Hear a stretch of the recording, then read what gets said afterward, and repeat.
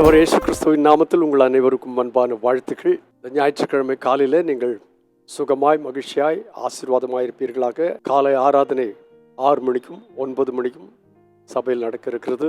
Youth ministry சாயங்கால கூட்டம் எல்லாவற்றையும் மனதில் வைத்து நீங்கள் தக்க சமயத்தில் வந்து கர்த்தரை ஆராதிக்க தேவனாகி கர்த்தர் உங்களுக்கு உதவி செய்வாராக. இன்று காலையில் நமக்கு அதிகமாய் பழக்கமான அடிக்கடி கேட்டிருக்கிற ஒரு வசனத்தை உங்களுக்கு நான் ஞாபகப்படுத்த வேண்டும் என்று விரும்புகிறேன். அப்போஸ்தலனாகிய பேதுரு அவனுடைய வாழ்க்கையில் எல்லாத்திலும் ஆண்டவருடைய காரியங்களிலும் முந்தி கொண்டவன், பின்மாற்றத்திலும் முந்தி கொண்டு வந்தான். ஆனால் ஆண்டவராகிய கர்த்தர் அவனை அழைத்து அவனை உறுதிப்படுத்தி அப்போஸ்தலர்களில் ஒருவனாய் அவன் எடுத்து பயன்படுத்தின போது முந்தி எந்த அளவுக்கு அவன் பின்மாற்றமாக இருந்தானோ அந்த அளவுக்கு அவன் மிக ஆழமாய் கர்த்தருடைய வசனங்களை எழுதி போதித்து வந்தான். அவன் ஆண்டவர் பேரில் வைத்திருக்கதான அந்த அன்பை எப்படி வெளிப்படுத்தினான் என்று கேட்டால், ஆண்டவராகிய கர்த்தரை போல நான் சிலுவையில் அறையப்பட விரும்பவில்லை, என்னை தலைகீழாய் சிலுவையில் அறையுங்கள் என்று சொல்லி தன்னை ஒப்பு கொடுத்தவன். 1 பேதுரு 2 பேதுருவின் நிருபங்களிலிருந்து ஏராளமான செய்திகளை நாம் கற்றுக்கொள்ள முடியும்.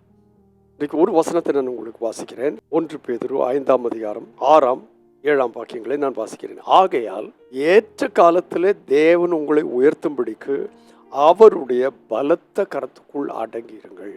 அவர் உங்களை விசாரிக்கிறவர் ஆனபடியால் உங்கள் கவலைகளை எல்லாம் அவர் மேல் வைத்து விடுங்கள். 2 அழகான காரியத்தை சொல்கிறார். ஏற்ற காலத்திலே தேவன் உங்களை உயர்த்தும்படி அவருடைய பலத்த கரத்துக்குள் அடங்கிருங்கள். அவசரப்படாதீர்கள். எல்லாவற்றுக்கும் ஒரு காலம் உண்டு. அந்த காலம் வரை காத்திருக்கலாம். அடுப்புல அரிசியை போட்ட உடனே வடிச்சு எடுக்கணும்னு முடியாது. அது பொங்கி 4 முறை பொங்கி நன்றாய் வெந்த பிறகுதான் எடுத்து புசித்தால் சரீரத்துக்கும் நல்லது, ருசியும் உள்ளது. எல்லாவற்றுக்கும் ஒரு காலம் உண்டு. ஏற்ற காலத்தில் அவர் உங்களை உயர்த்தும்படிக்கு, ஆனால் அதற்கு ஒரு காரியம் செய்ய வேண்டியிருக்கு. அவருடைய பலத்த கரத்துக்குள் அடங்கியிருங்கள். உங்களை சார்ந்திராதிருங்கள். உங்களுடைய பயிற்சி படிப்பை சார்ந்திராதீர்கள். இது எனக்கு நான் உள்பட சொல்லுகிறேன். ஏற்ற காலத்தில் அவர் உயர்த்துவார். எப்பவும் உயர்த்துவார்.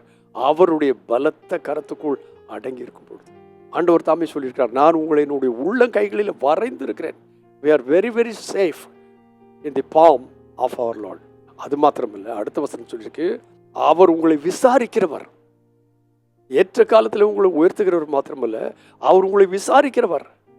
இந்த காலையில் என்னை விசாரிப்பவர் யாரும் இல்லையே என்று சொல்லுகிறவர்கள் ஏராளம் பேர் உண்டு. என்னிடத்தில் சொன்னவர்கள் உண்டு, ஐயா என்னை யாரும் கண்டுகிட மாட்டேங்கிறாங்க. அவர் உங்களை விசாரிக்கிறவராகியால் உங்கள் கவலைகளை எல்லாம் அவர் மேல் வைத்து விடுங்கள். கவலை நீங்களே சுமந்துட்டு இருக்காதீங்க. கவலைகள், துன்பங்கள், இதெல்லாம் கசப்புகள், இதெல்லாம் நீங்க சுமந்துட்டு இருந்தீங்கன்னா உங்களுடைய சரீரத்தில் வியாதி வரும், சமாதானம் இருக்காது, ஒன்றும் இருக்காது. ஆனால் உங்கள் கவலைகளை எல்லாம் அவர் மேல் வைத்து விடுங்கள். ஏனென்று கேட்டால் அவர் உங்களை விசாரிக்கிறவர். அப்போ அவர் மேலே வச்சுட்டு ஃப்ரீயா இருக்கணும். அவர் மேலேயும் வச்சுட்டு நீங்களும் சுமக்க முடியாது. ஒன்னா நீங்க சுமக்கணும், இல்லைன்னா அவர் சுமக்கணும்.